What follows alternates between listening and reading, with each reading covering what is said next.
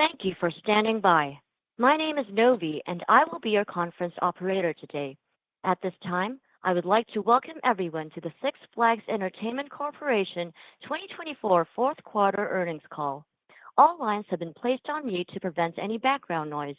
After the speaker's remarks, there will be a question-and-answer session. If you would like to ask a question during this time, simply press star followed by the number one on your telephone keypad. If you'd like to withdraw your question, press star one again. We also ask that you please limit your questions to one question, one follow-up. Thank you. I would now like to turn the call over to Six Flags Management. Please go ahead. Thank you, Novi, and good morning, everyone. My name is Michael Russell, Corporate Director of Investor Relations for Six Flags. Welcome to today's earnings call to review our 2024 fourth quarter financial results for Six Flags Entertainment Corporation. Earlier this morning, we distributed via wire service our earnings press release, a copy of which is also available under the News tab of our Investor Relations website at investors.sixflags.com. Before we begin, I need to remind you that comments made during this call will include forward-looking statements within the meaning of the federal securities laws. These statements may involve risks and uncertainties that could cause actual results to differ from those described in such statements.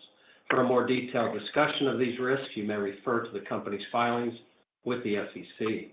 In compliance with the SEC's Regulation FD, this webcast is being made available to the media and general public, as well as analysts and investors. Because the webcast is open to all constituents and prior notification has been widely and unselectively disseminated, all content on this call will be considered fully disclosed. On the call with me this morning are Six Flags Chief Executive Officer Richard Zimmerman and Chief Financial Officer Brian Witherow. With that, I'll turn the call over to Richard for some opening remarks. Richard? Thank you, Michael. Good morning, and thanks everyone for joining us today. As we close out 2024, I want to take a moment to recognize the incredible work of our team this past year. I couldn't be more pleased with what we have accomplished, particularly since the completion of the merger, and I've never been more excited about what this company can achieve for our guests, associates, and shareholders moving forward. Looking back at 2024, we wrapped up the year by delivering a record October performance and outstanding fourth quarter results, all while capturing close to half of our target merger-related cost synergies. Through strong revenue growth and disciplined cost management initiatives, we boosted modified EBITDA margins in the fourth quarter by 650 basis points, another meaningful step in returning operating margins back to historical levels. And by taking decisive actions within days of finalizing the merger, we immediately drove guest satisfaction scores higher, a critically important first step in improving our cost value proposition and driving demand levels higher. Heading into the 2025 season, early trends indicate consumer demand remains strong for high-quality entertainment experiences. Although it represents a limited sample size, attendance in the first 2 months of the year is up 2%, and sales of season pass units are up 3%, both positive indicators for the season ahead. Given our strong fourth quarter and the solid start to 2025, at this time, we believe the general economic environment for our consumers remains healthy, with parkgoers showing a willingness to spend their entertainment dollars on the high-quality and differentiated experience that we offer. With that positive outlook as a backdrop and our integration efforts progressing well, we are targeting adjusted EBITDA of $1.08 billion to $1.12 billion this year, representing an initial step function of growth for our expanded portfolio. Before I ask Brian to provide a closer look at our financial results, let me shift gears for a moment to address the recent wildfires in the LA area.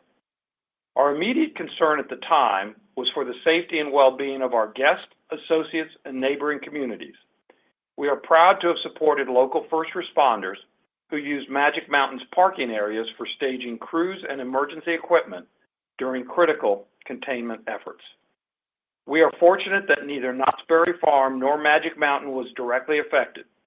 We will continue to monitor the situation closely, assessing any potential impact on our business as we get closer to the core operating season. In the meantime, we remain focused on supporting our associates and local communities through the recovery. With that, I'll turn it over to Brian. Thank you, Richard. Good morning, and thanks to everyone for joining us today. I'll begin with a review of our fourth quarter performance before providing an update on select balance sheet items, as well as early performance indicators for the season ahead. Let me start with operating days. On a consolidated basis, operating days in the fourth quarter totaled 878 days compared with 377 days during the fourth quarter last year. This increase reflects the addition of 538 days from operations at Legacy Six Flags Parks during the fourth quarter, partially offset by 37 fewer operating days at Legacy Cedar Fair Parks compared to the fourth quarter last year. This decrease in Legacy Cedar Fair operating days was primarily due to the fiscal calendar shift, as the 2024 fourth quarter began on September 30th, and the fourth quarter of 2023 began on September 25th. Moving on to our financial performance. For the fourth quarter, we generated net revenues of $687 million on attendance of 10.7 million visits. These fourth quarter results included $324 million in net revenues and attendance of 5 million visits from Legacy Six Flags operations. Fourth quarter revenues from Legacy Cedar Fair operations decreased by $8 million compared to the fourth quarter last year, primarily due to 115,000 fewer visits during the period. The decrease in attendance was the direct result of the fiscal calendar shift and the lower number of operating days in the period. On a comparable fiscal calendar basis, Legacy Cedar Fair fourth quarter attendance would have been up 461,000 visits, reflecting strong demand for our October events. Along with the outstanding October attendance numbers we produced at our Legacy Six Flags Parks, these results support our belief that demand for the compelling entertainment we offer remains strong. Looking at fourth quarter guest spending trends for a moment, in-park per capita spending in the period was $61.60, representing an increase of 3% compared to the in-park per cap reported by Legacy Cedar Fair in the fourth quarter last year. Approximately 80% of the increase is related to the impact of operations at the Legacy Six Flags Parks, with the balance attributable to higher in-park guest spending on food and beverage, extra charge products, and merchandise at the Legacy Cedar Fair Parks. This was reflected by a 3% increase in the average transactions per guest during the quarter, a key performance metric and a core tenet of our long-term growth thesis. It's worth noting that this momentum of positive guest spending trends carried over from the third quarter, underscoring the enduring appeal of our immersive entertainment offerings. For the full year, the average transactions per guest at the Legacy Cedar Fair Parks increased 2%, with total transactions of more than 40 million, up 1.8 million transactions compared to 2023. Meanwhile, out-of-park revenues for the fourth quarter totaled $48 million, which included $14 million in revenues from Legacy Six Flags operations. Out-of-park revenues from Legacy Cedar Fair operations decreased by $3 million, the direct result of the fiscal calendar shift. Moving on to the cost front, operating costs and expenses in the quarter totaled $523 million, which included $233 million of operating costs and expenses from Legacy Six Flags operations. Fourth quarter costs were comprised of $376 million of operating expenses, $89 million of SG&A expense, and $58 million of cost of goods sold. Fourth quarter operating expenses included $180 million related to operations at Legacy Six Flags Parks, partially offset by a $13 million decrease in operating expenses at Legacy Cedar Fair Parks. The decrease in Legacy Cedar Fair operating expenses was largely related to the fiscal calendar shift. Meanwhile, fourth quarter SG&A expenses included $27 million from Legacy Six Flags operations, offset by a $4 million decrease in SG&A expenses at Legacy Cedar Fair operations. This decrease reflects $11 million less in merger and integration-related costs, offset by slightly higher advertising spend in the fourth quarter of 2024. The $58 million of cost of goods sold in the fourth quarter included $26 million related to Legacy Six Flags operations. As a percentage of food, merchandise, and games revenue, cost of goods sold in the quarter increased 170 basis points. The majority of the increase related to the inclusion of operations at the Legacy Six Flags Parks. Turning to adjusted EBITDA and modified EBITDA margin, two metrics which management believes are meaningful measures of park-level operating results. Compared to the fourth quarter last year, adjusted EBITDA for the fourth quarter of 2024 increased $120 million to $209 million, while modified EBITDA margin improved 650 basis points to 30.4%. The increase in adjusted EBITDA reflected $113 million from Legacy Six Flags operations and a $7 million increase from Legacy Cedar Fair operations, including the impact of the fiscal calendar shift. The 650 basis point increase in modified EBITDA margin included a 410 basis point increase related to the Legacy Six Flags operations and a 240 basis point increase from Legacy Cedar Fair operations. As we've noted on prior earnings calls, in addition to improving demand and guest spending, we remain focused on driving operating efficiencies and improving margins. We are pleased to have realized approximately $50 million in gross cost synergies in 2024. Of the total synergies achieved, $34 million was the result of labor and other operating efficiencies. $8 million came through savings from economies of scale in our supply chain, and another $8 million resulted from eliminating duplicative overhead costs. We've effectively delivered these synergies while at the same time improving guest satisfaction scores and continuing to drive higher attendance levels. This has resulted in improvement in both cost per guest and EBITDA per guest, two key performance metrics that our teams closely monitor. During the fourth quarter, adjusted EBITDA per guest from Legacy Cedar Fair operations improved by 10%, reflecting the ongoing successful execution of our cost savings initiatives. In 2025, we are confident in our ability to deliver another $70 million in planned cost savings from the merger, anticipating that approximately $20 million will be driven by further streamlining of our org structure. $30 million will be realized through rationalizing our vendor base and continuing to leverage our scale to negotiate better terms. And $20 million will come from a combination of further elimination of redundant processes, the integration of overlapping technology systems, and the right sizing of our park infrastructures and ride portfolios. We will keep the market updated on our progress toward delivering these cost savings throughout the year and continue to look for opportunities to drive additional cost efficiencies as we implement our strategic initiatives. Now turning to the company's balance sheet for a moment. We ended the year with $83 million of cash and cash equivalents on hand and approximately $5 billion of gross debt, including $315 million in borrowings on a revolving credit facility. Of our outstanding debt, approximately three-quarters is fixed through long-term notes, and outside of $200 million in senior notes which mature in July of this year, we have no significant maturities before 2027. Including cash on hand and available revolver capacity, liquidity at the end of the year totaled $578 million, providing us with ample financial flexibility going forward.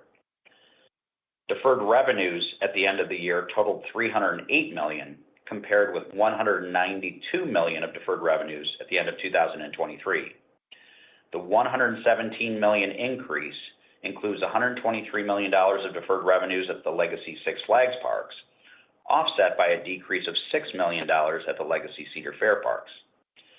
The decrease in deferred revenues at the Legacy Cedar Fair parks reflects the annual amortization of certain long-term deferred revenue items, the elimination of transaction fees in California as a result of changes in state regulations, and lastly, a slight decrease in sales of season passes and related products driven by two parks. The modest decline in season pass sales is primarily a timing issue that can be recovered during the critical spring sales cycle, which historically represents more than 50% of full program sales. Along those lines, as Richard mentioned, we are encouraged by the acceleration of season pass sales to start the year. The 3% lift in unit sales over the first 2 months of the year has been primarily driven by increased sales at our Legacy Six Flags parks, validating that our initiatives are working and setting the stage for driving higher attendance levels at those parks. Regarding our CapEx programs, during the fourth quarter, we spent $93 million on capital expenditures, including $53 million at the Legacy Cedar Fair parks and $40 million at the Legacy Six Flags parks. For the full year, this brought total capital expenditures at the Legacy Cedar Fair parks to $220 million, and full-year CapEx spend to $215 million at the Legacy Six Flags parks, $115 million of which was invested by Legacy Six Flags before the merger closed. For calendar year 2025, we expect cash spend on capital expenditures will total $475 to $500 million, including some level of investment on deferred items at the Legacy Six Flags parks. Going forward, we will continue to look for ways to most efficiently manage our capital investments as we focus on maximizing the company's free cash flow. For additional modeling purposes, in 2025, we are planning 5,852 total operating days, similar to the 5,851 operating days across the combined portfolios in 2024. For 2025, we are projecting full-year depreciation and amortization of approximately $450 million, which reflects the impact of fair value adjustments to the Legacy Six Flags assets as a result of the merger. And lastly, from a cash flow perspective, we are projecting annualized cash interest payments in 2025 of $305 to $315 million. And after some additional tax planning efforts, annualized cash tax payments of $105 to $115 million. We will continue to manage cash flow tightly, and consistent with the objectives within our long-term strategic plan, we expect to accelerate the growth of free cash flow as EBITDA grows and as our CapEx needs moderate. Before I turn the call back to Richard, let me provide some additional color around our new 2025 adjusted EBITDA guidance. While we are confident we have the initiatives and capital program in place to achieve our revenue, growth, and cost savings targets, we are keeping an eye on two developing macro factors. First, although the recent wildfires in California have subsided, we are closely monitoring any residual impact these events may have on our Southern California parks. Knott's Berry Farm and Magic Mountain are two of our highest EBITDA properties, and any material headwinds on season pass sales or general demand could have an impact on our overall performance in 2025. Second is the impact foreign currency exchange rates could have on the reported results from our non-domestic parks. Based on the current outlook around exchange rates, we've assumed approximately $7 to $8 million of incremental FX pressure on EBITDA in 2025 compared to 2024. However, any significant variability from our assumptions could further impact our U.S. dollar reported results this year. With that, I'd like to turn the call back over to Richard. Thanks, Brian. Before we open up the call for questions, I want to take a moment to provide our perspective on what lies ahead, including the incredible opportunity we have in 2025 and beyond. It has been my long-held belief that sustainable growth in this industry requires two fundamental factors: disciplined, thoughtful leadership with an unwavering guest-centric focus, and the consistent reinvestment of resources. To that end, our strategic plan is designed to drive higher attendance, improve guest spending, and optimize operating efficiencies, all while ensuring we deliver world-class entertainment experiences. The potential for attendance growth at our parks is significant and represents the biggest opportunity for sustainable cash flow growth and shareholder value creation. The investments that make up our 2025 capital program are the first of a multi-year plan designed to enhance the guest experience and increase demand, improving market penetration rates throughout our portfolio. In addition to projects and initiatives intended to increase guest spending, eliminate consumer pain points, and improve back-of-house efficiencies, we are investing in exciting new demand-driving attractions at some of our largest and most profitable parks. All told, we are introducing major new attractions at 11 of our 14 largest properties. For example, Cedar Point is adding to its world-class collection of thrill rides with the addition of a record-breaking tilt coaster called Siren's Curse and the highly anticipated return of Top Thrill 2, two rides every coaster enthusiast needs to experience. Six Flags Great America introduces Wrath of Rakshasa, the world's steepest dive coaster and the first major new coaster added at the park in more than 6 years. Canada's Wonderland is adding Alpenfury, Canada's tallest and fastest launch coaster, which will be located in the park's iconic mountain structure. Six Flags New England will unleash the region's first multi-launch straddle coaster called Quantum Accelerator. Adding to its collection of thrill rides, Kings Dominion is introducing Rapterra, the world's tallest and longest launched wing coaster. Six Flags Great Adventure will open Flash Vertical Velocity, a launched super boomerang coaster which will greatly enhance the park's front gate area. Six Flags Over Georgia will debut Gold Rusher, a unique free-spinning, high-speed, high-elevation gondola ride that will be the first of several new rides we plan to add to the park as we look to tap the full potential of the very attractive Atlanta market. And lastly, to help expand our appeal to young families and set the stage for our growing season pass base, we have invested in transformational makeovers of the Hurricane Harbor water parks at both Six Flags Magic Mountain and Six Flags Over Texas, while also expanding and enhancing the family offerings in Camp Snoopy at Carowinds and the DC Universe at Six Flags Fiesta Texas. It's a strong capital lineup, and I hope you can tell why we are so excited about the season ahead. I also want to provide an update on our ongoing portfolio optimization efforts.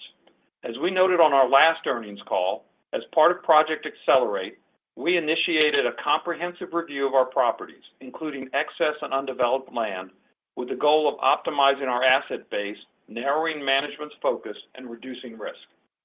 We've completed our initial review, having identified properties that are less strategic and critical to our long-term growth objectives, properties that we would consider divesting under the right circumstances.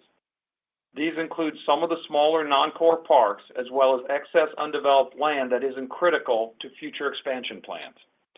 As an example, we are currently in the process of marketing undeveloped land adjacent to our park in Richmond, Virginia, and I'm pleased to say that these efforts have produced significant interest. Although there is still much work to be done, we are optimistic that our ongoing discussions will result in a transaction within the next 12 to 18 months. Regarding certain smaller non-core properties, we are continuing to evaluate options, and over time, we will consider transactions that enhance shareholder value. In the meantime, we are excited at the prospects of operating all 42 of our parks this season.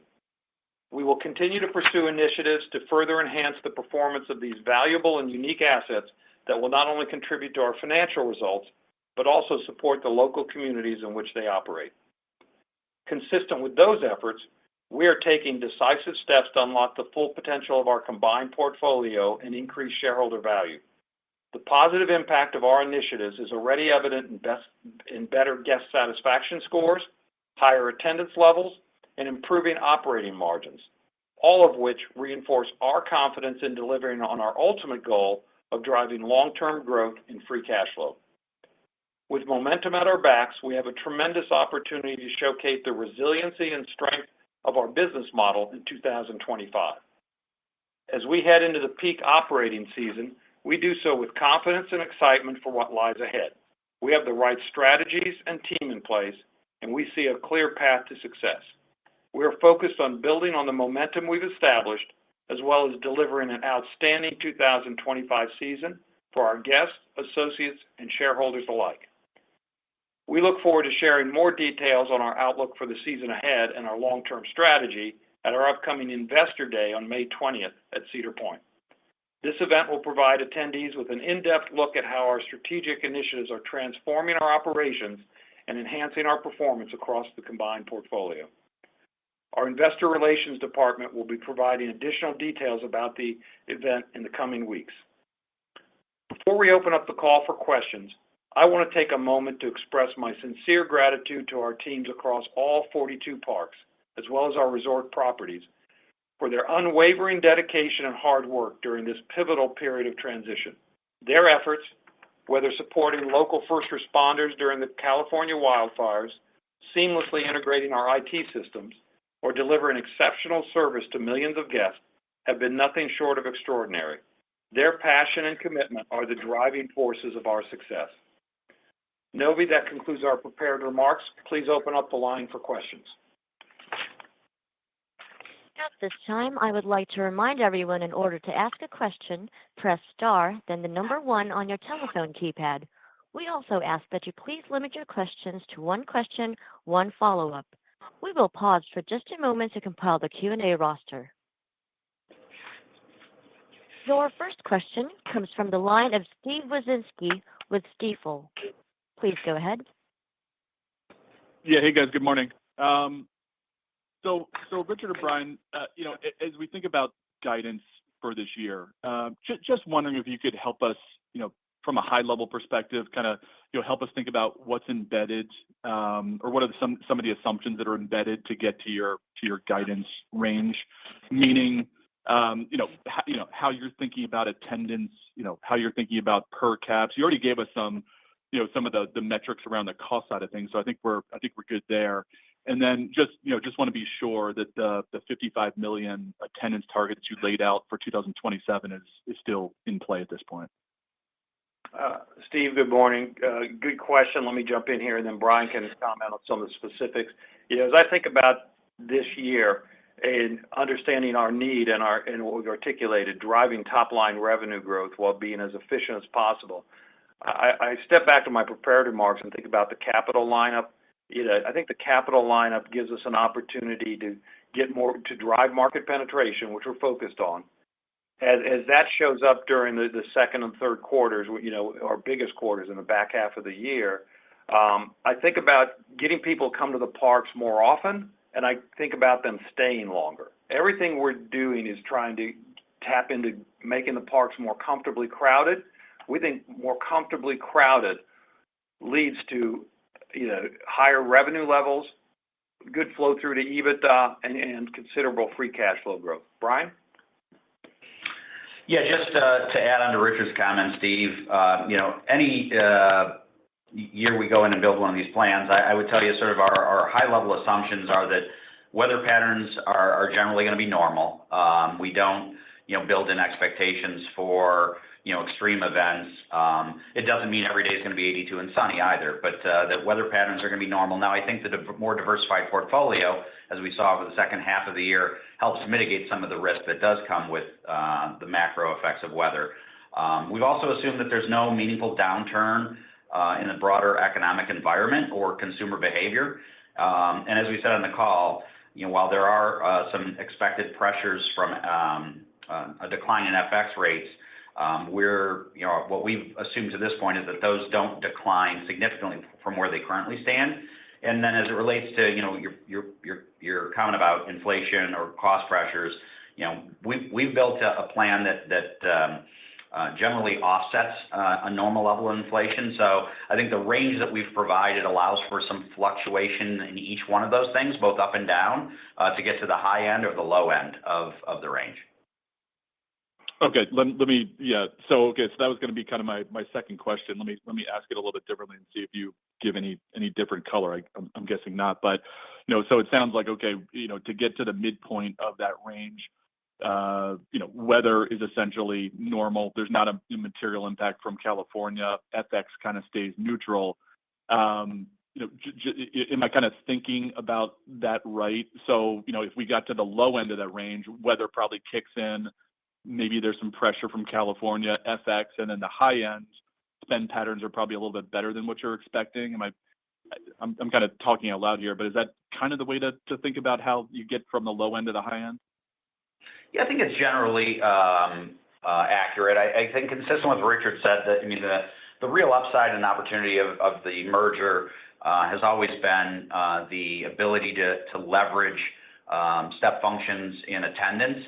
And as Richard noted, growing attendance, not only is beneficial from a volume perspective, but it's highly beneficial from a guest spending perspective, because as we've talked about and articulated in the past, larger days, comfortably crowded parks lead to longer length of stays, higher per caps, a higher level of demand for premium experiences like front of line passes, cabanas, VIP lounges, et cetera. So I think that the way you described it, Steve, is pretty accurate, right? The upper end is going to require more growth out of attendance, which translates into more guest spending as well. Okay, that's great color. Thanks, guys. Appreciate it, and best of luck. Thanks, Steve. Your next question comes from the line of James Hardiman with Citi. Please go ahead. Hey, good morning. So, Richard, I wanted to touch on some of the discussion that you brought up in terms of the portfolio optimization efforts. Maybe walk us through how you're going to be thinking about, as you put it, value creation when it comes to maybe monetizing some of the smaller parks. What's the framework? Does the fact that leverage is higher than normal and cash flows are pressured sort of change your willingness to part ways with some of those parks? And I just look back at the deal that you made for Great America, however long ago that was. Basically, you had a high real estate value and a low EBITDA contribution from that park, which made it sort of a gold mine in a lot of ways to monetize. Is that sort of how you think about the puts and takes in terms of individual parks and sort of your willingness to maybe monetize? Thanks. A lot of things. Portfolio optimization becomes a strategic decision. We're trying to accomplish a lot of things over the next few years, James. So as we think about it, it starts with understanding that these are unique and very valuable assets. They are irreplaceable. Most parks don't trade very often. As we saw with Great America, there was great real estate value. Now, that usually comes to the forefront in areas that are more populated, but sometimes there's unique circumstances like our park near Richmond, Virginia, where we've got excess land that is available that's not generating cash flow or EBITDA for us, that we can find a way to generate a little bit of cash flow. Not unusual. We did that back in 2000, all the way back in 2008 as well on the Legacy Cedar side. We sold some 80 acres north of our Toronto park. So as we think through the framework, we want to make sure we understand what role each park plays in the broader portfolio. As we said, part of this is potentially reducing the complexity of our operations, but we like the geographic diversification. So as we think this through, we're gonna keep all the strategic and financial goals in mind and make sure that whatever decisions we make going forward, we get value for anything that potentially we may optimize, but that also that it accomplishes what we need to do going forward, and that we get to the long-term guidance that we have laid out and we will lay out on May 20th. Brian, anything you want to add? No, I mean, I would just maybe emphasize again that the focus, right, of optimizing the portfolio or that exercise, James, was really about narrowing management's focus, reducing risk and optimizing the overall asset base, as we've talked about in the past, relative to just the Legacy Cedar side of the portfolio, and it's true on the Six Flags side of the portfolio.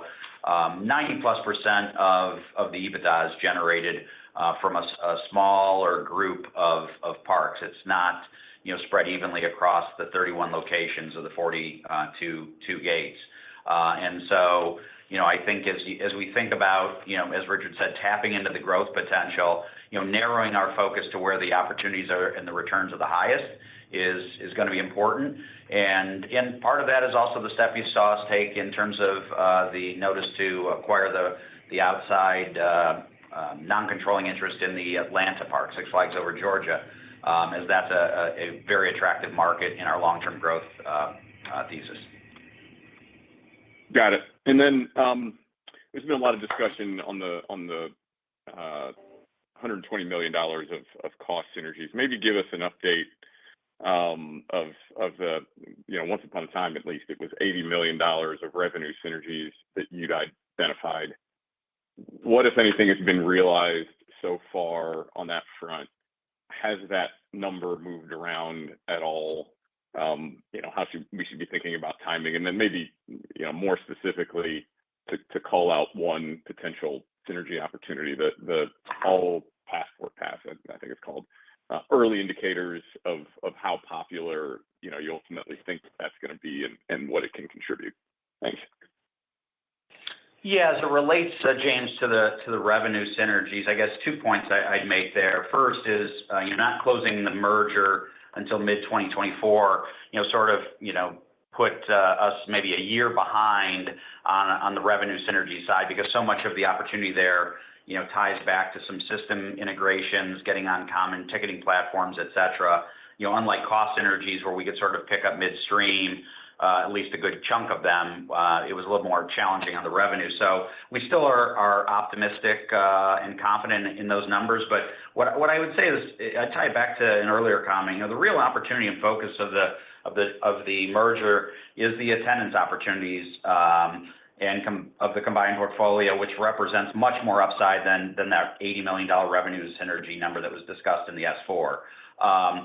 Probably half or maybe a little bit more than half of that was tied, as you noted, to the potential for the all-season park add-on pass. And I would say this is the first year, right, that's out there for the combined portfolio.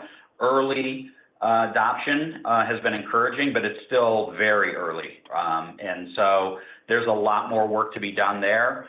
So we're going to be focused on initiatives like that over the next year or two, harmonizing systems and trying to extract the full value of something like that. But I think really what the team's most focused on, again, is that broader attendance opportunity and what that can mean for the combined portfolio. Got it. And just, if I just may, just one clarification as I think about whether it's that, $80 million in synergies or the all park pass, what, if anything, from either of those is built into the guidance that you've laid out today for 2025?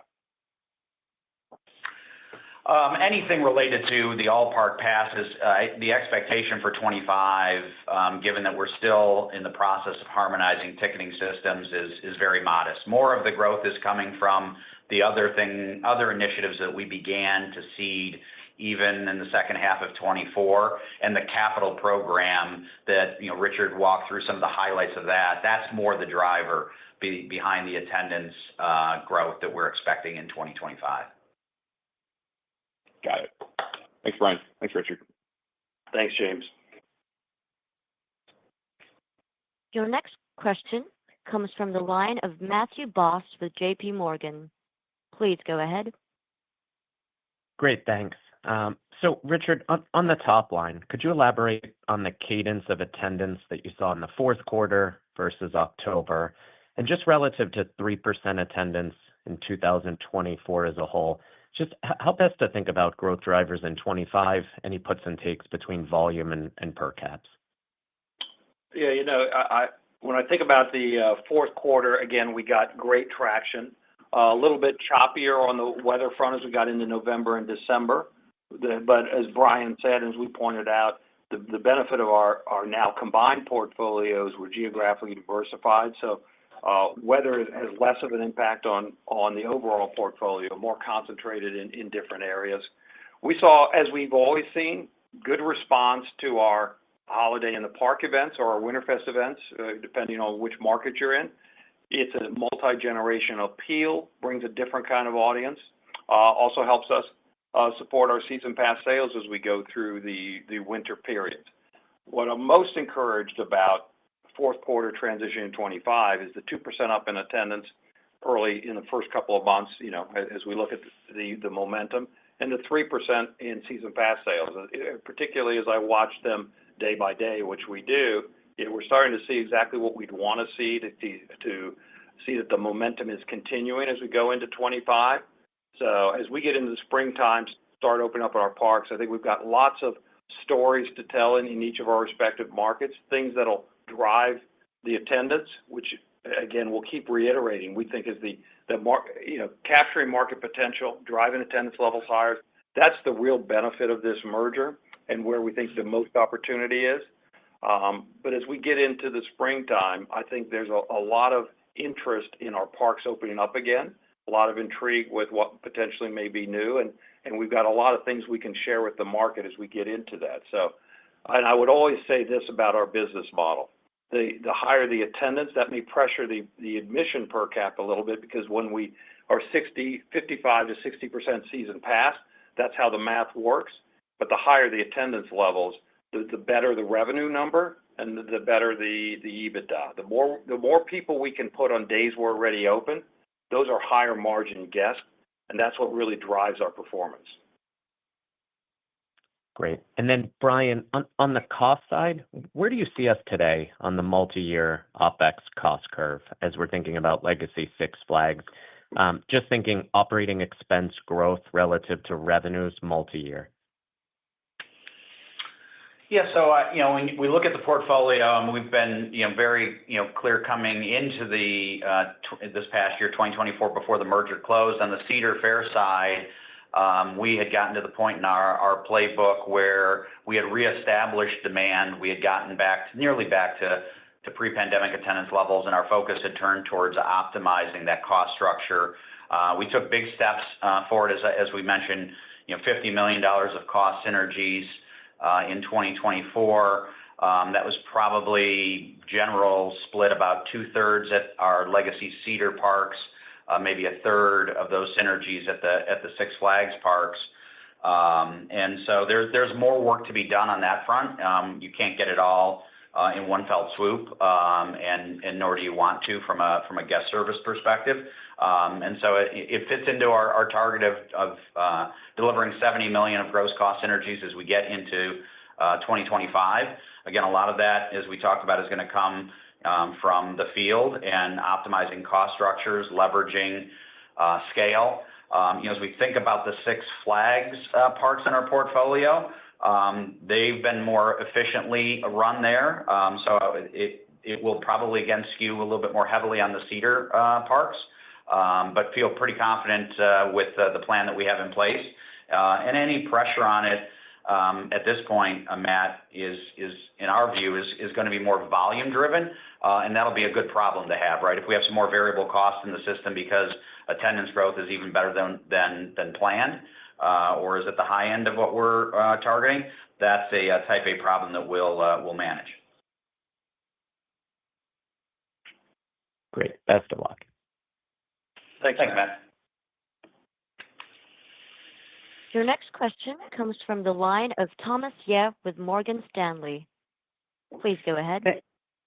Thanks. Good morning. I wanted to get your updated thoughts on the attendance opportunity as it relates to the operating calendar piece of it.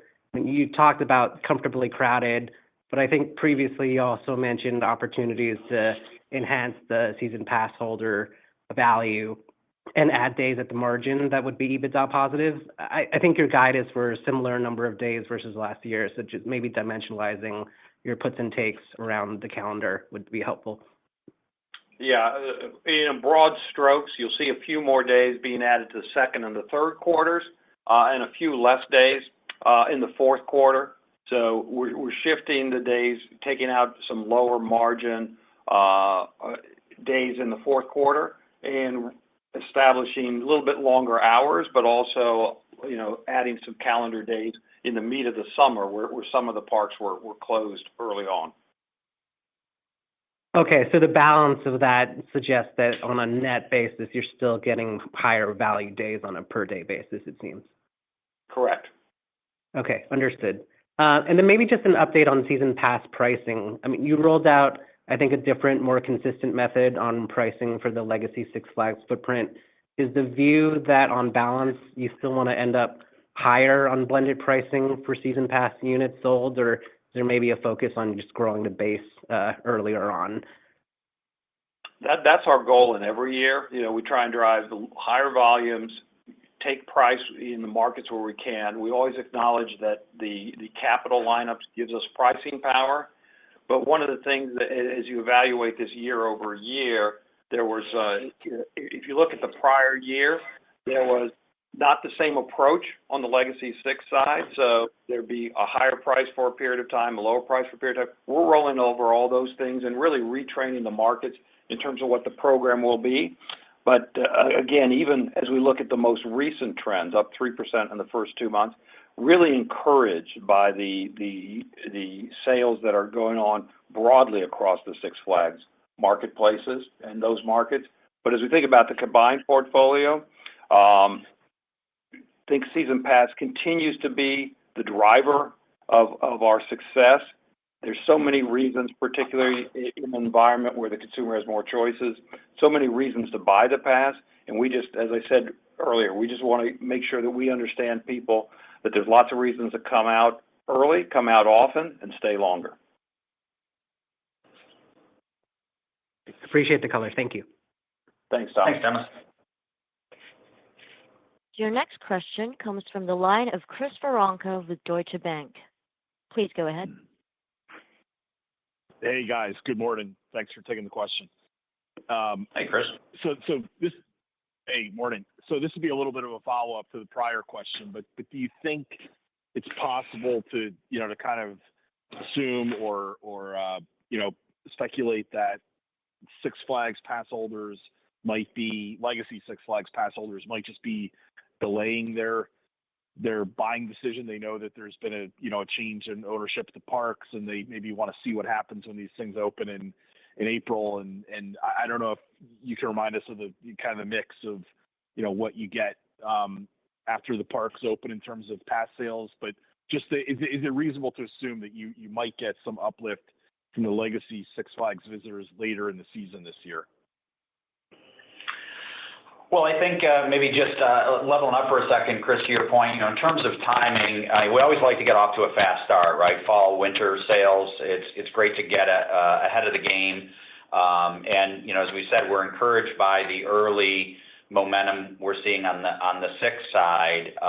And it can differ park to park. But that fall, winter sales period, can often be as much as 25 or 30% of the full program. That said, the core of the sales, or the largest portion of the sales, happens during the critical spring cycle, which is, for some parks as much as 60, but it's usually somewhere between about 50 to 60% of full program sales. So that's most critical. I think in any consumer decision, what we've seen historically is that guests are looking for proof points. I always see a little bit more momentum in season pass sales. The reason that spring is such a driver is we're a little heavier in market with advertising. The amusement parks are coming back online. We're a little bit more front of mind. And so, we do believe that the changes that we made in the second half of 2024, within the parks, operating more rides, staying open a little bit longer, some of the cleanup work that we were doing, painting of attractions, et cetera, all of those things start to become proof points for the consumer that, things are going to be different, and there's a reason to buy and come. Now, the key for our teams are not only selling more passes, but then also converting that into more visits per pass. We've talked about the delta between average visitation between the two sides of the combined portfolio and the opportunity presented there. And that will ultimately, tie it back to Thomas's question about pricing. Our ability, we're really excited about the long-term opportunities to grow season pass pricing at our parks, particularly at the Six Flags parks, because there is a big delta. We've talked about it publicly. Average season pass price at a Six Flags park in our portfolio is in the low to mid 70s. At a Cedar Fair park in the portfolio, it's 110 to 115 million, and a big driver behind that is the delta in the average visitation. So this isn't a 1-year fix or a 1-year growth story. This is just year one of the growth story. Okay, appreciate all that commentary. Just as a follow-up, this is kind of a CapEx question, and you've provided the guidance for 25 now. Where do you think you are in terms of, as the parks begin to open in April, where do you think you are on the legs on kind of the catch-up maintenance, some of the maintenance CapEx that wasn't done over the years versus some of the more structural changes you're trying to make in terms of food and beverage outlets and things like that? If you could just maybe break those buckets down a little bit for this year. Thanks. Chris, one of the things that we've seen when we've had parks that have performed well over the arc of their development is that consistent investment matters as much as what you invest in. So as we think about 25, 26, 27, it's that ability to show the guests there's something new. Come on out. We're making changes. We're certainly redesigning the landscape. We put things in. We take things out. We focus on making sure that we're driving and evolving our ability to service folks once they get into the park. That's been the key to driving our in-park revenue. So as we think about it, I would say that I'm really pleased with what I think we're going to get out of the 25 capital lineup. I'm excited for the changes we can make in 26 and increasingly in 27. So in all of our markets in the combined portfolio, not just the 6, I think we're going to show the consumer that there's great value. And again, I always go back to what drives our investment decisions is listening to our guests, doing that consumer research and making sure we're investing in the things that they'll give us credit for and that will create a higher perceived value. You know, keeping that value, that price value equation in mind, and making sure we're working on the value side of it, as Brian said, that's key to driving price over the long term while still getting the attendance lift. Okay, very good. Thanks, guys. Thanks, Chris. Thanks, Chris. Your next question comes from the line of Michael Swartz with Truist Securities. Please go ahead. Hey, good morning, guys. Maybe just to start, I think if I'm doing the math correctly, you know, the legacy Six Flags parks grew attendance about 16% year over year in the fourth quarter. As I understand it, there were, you know, so I think you said something like 15, 20 extra operating days for those parks around the holidays. Is there any way of looking, you know, like on a like-for-like day basis, what the attendance growth looked like?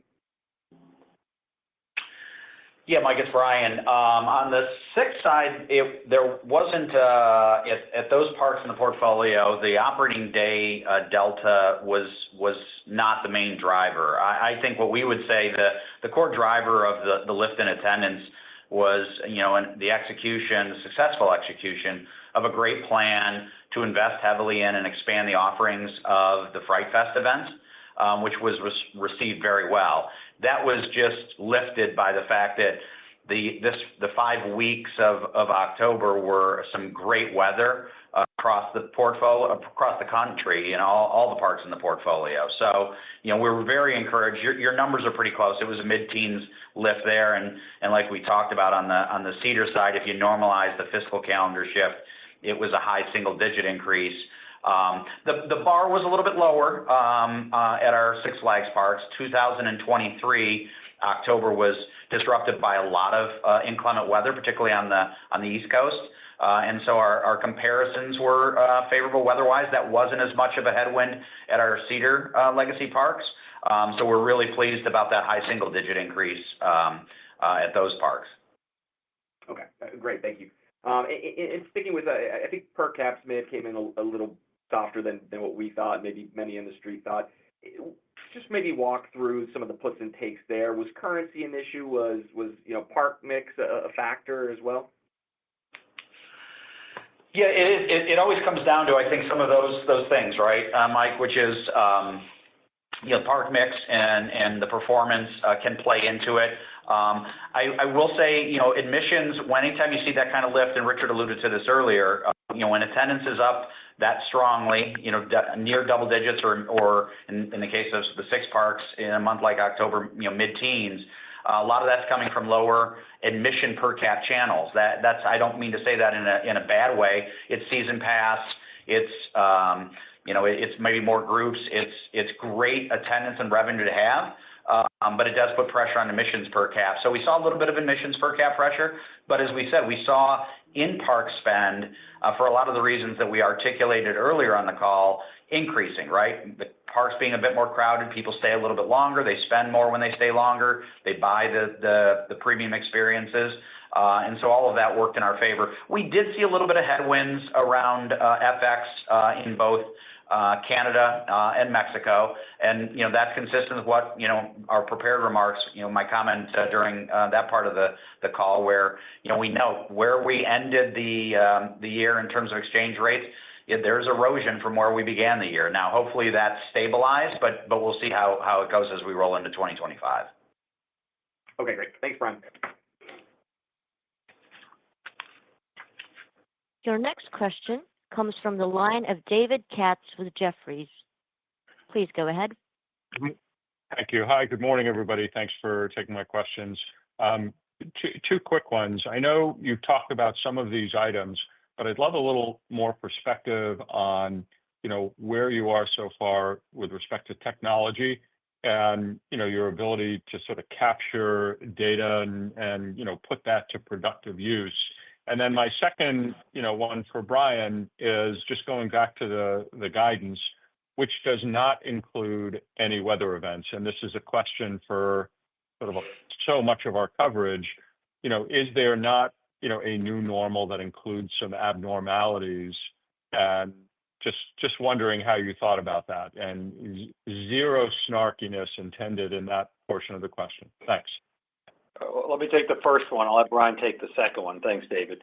As we look at what coming into this merger, one of the things we were very excited about in that we focused on for the last several years is building out our business intelligence, our reliance on data, making sure we can get to the data. That has been a priority after we completed the merger. Even though we don't have everybody all harmonized on the same systems, we found ways to extract the data.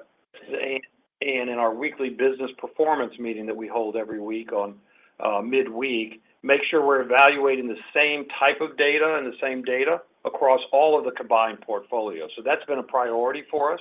We really are now using new KPIs that 20 years ago we didn't focus on: transactions per guest, average transaction value. We're making sure that we're balancing out the NPS, the OSAT, the guest satisfaction scores with our ability to drive revenue, with our ability to drive the business. So I would say that we're going to continue to make progress on that in 25. Data and the analytics around it are how we make decisions, and we've embedded both the art and science into our weekly cadence as we go through an operating season. Brian? Yeah, David, as it relates to the weather, I guess let me clarify my earlier comment. The midpoint of our range would assume what we would characterize as a normal operating year from a weather perspective. And by that we mean we're going to have some headwinds from weather. It's going to rain on days. It's going to not be ideal. The forecasts aren't always going to be in our favor. But those tend to average themselves out. And as we noted, in a much more geographically diversified portfolio, now as a combined company, we think that helps mitigate that risk.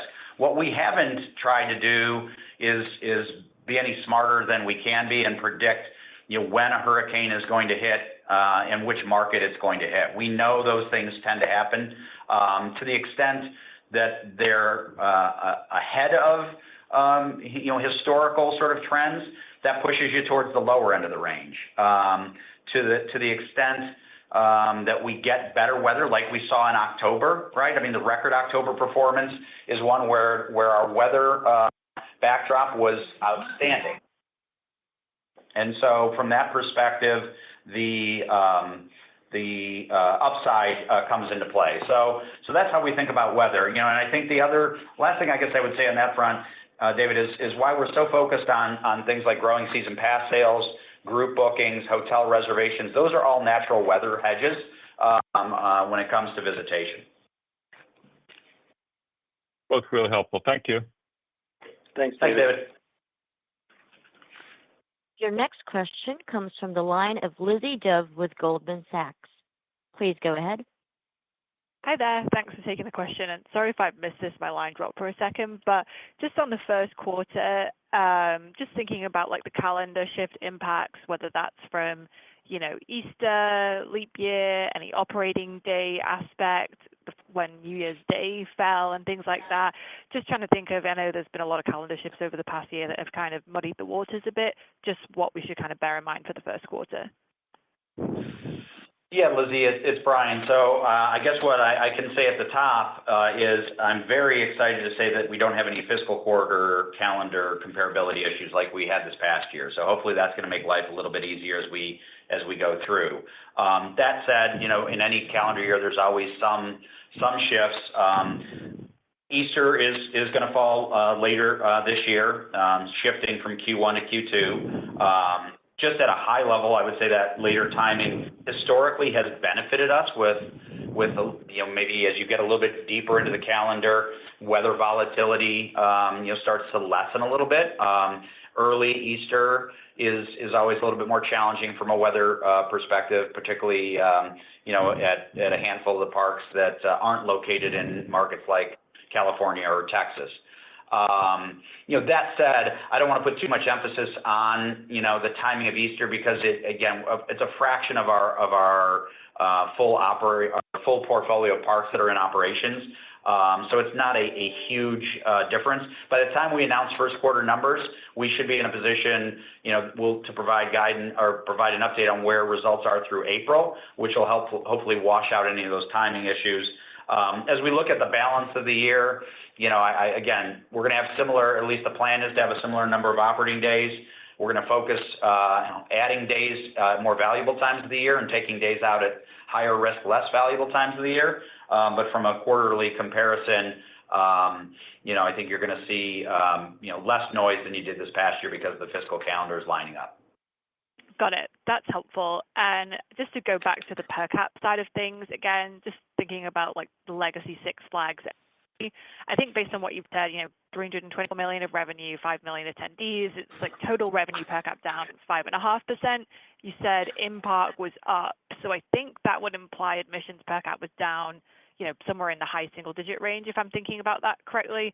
I know it's a light quarter, but just any way to think about that, is that the right way of thinking about the run rate for this year or anything unusual that happened there or just a function of, higher season pass and whatnot? Yeah, I'd say it's probably more a function of math and averages on a small slice of the business. I wouldn't say that's the expectation for a run rate for a full year 2025 look. As Richard noted, if we get the attendance lift that we're targeting or even better, that will put pressure on admissions per cap. We call that a type A problem to have because with it is going to come a much higher attendance and revenue base, which is the ultimate goal. We are leaning in to price, in certain markets.